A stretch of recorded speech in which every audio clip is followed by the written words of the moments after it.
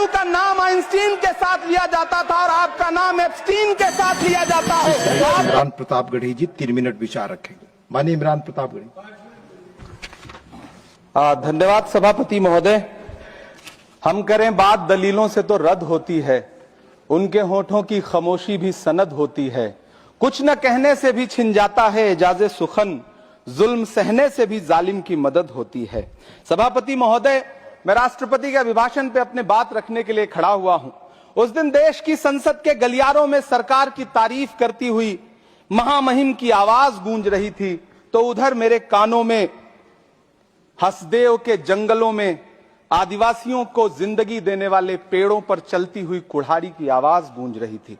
सभापति महोदय, इस तरफ महामहिम के भाषण पर प्रधानमंत्री जी संसद की मेज थपथपा रहे थे और उधर उत्तराखंड की अभागी बिटिया अंकिता भंडारी के इंसाफ की आवाजें मध्यम पड़ती जा रही थीं, जो आज भी पूछ रही हैं कि आखिर वो वीआईपी कौन था जिसके लिए अंकिता भंडारी को मार दिया गया।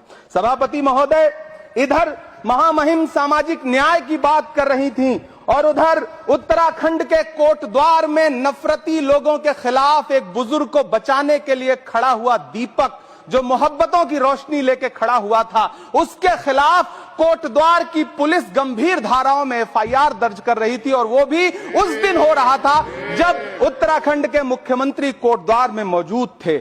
ये नया भारत है जहां दंगाइयों के खिलाफ एफआईआर नहीं होते बल्कि अमन और मोहब्बत की बात करने वालों के खिलाफ एफआईआर दर्ज होता है। यह नया भारत है जहां असम का चीफ मिनिस्टर खुलेआम संवैधानिक प्रोटोकॉल तोड़कर कहता है कि मुसलमानों को इतना टॉर्चर करो कि वो राज्य छोड़ने पर मजबूर हो जाएं। वो कहता है कि अगर कोई मियां रिक्शा वाला 5 रुपए मांगो तो उसे 4 रुपए दो ताकि वो परेशान हो सके। ये नया भारत है जहां बरेली में खाली घर में नमाज पढ़ने पर पुलिस मुकदमा दर्ज करती है। ये नया भारत है जहां क्रिसमस की तैयारी करते हुए ईसाइयों पर सरकार मुकदमा दर्ज करती है।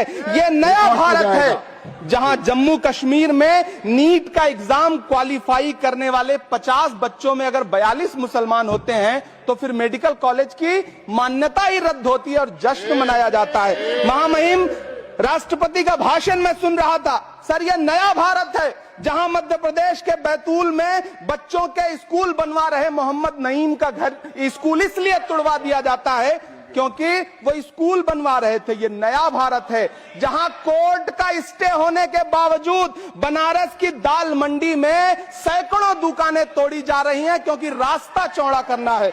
सभापति महोदय, मैं आपसे कहना चाहता हूं कि जो पीढ़ी अपने बुजुर्गों को गाली देती है उसके साथ प्रकृति इंसाफ करती है। आप इंदिरा जी और नेहरू को गाली देते हैं, नेहरू को छोटा नहीं कर पाएंगे। नेहरू का नाम आइंस्टीन के साथ लिया जाता था और आपका नाम एप्स्टीन के साथ लिया जाता है। आपको ये बात समझनी पड़ेगी। सभापति महोदय, मुझे 1 मिनट बोलने दे, मुझे कंक्लूड करने दो।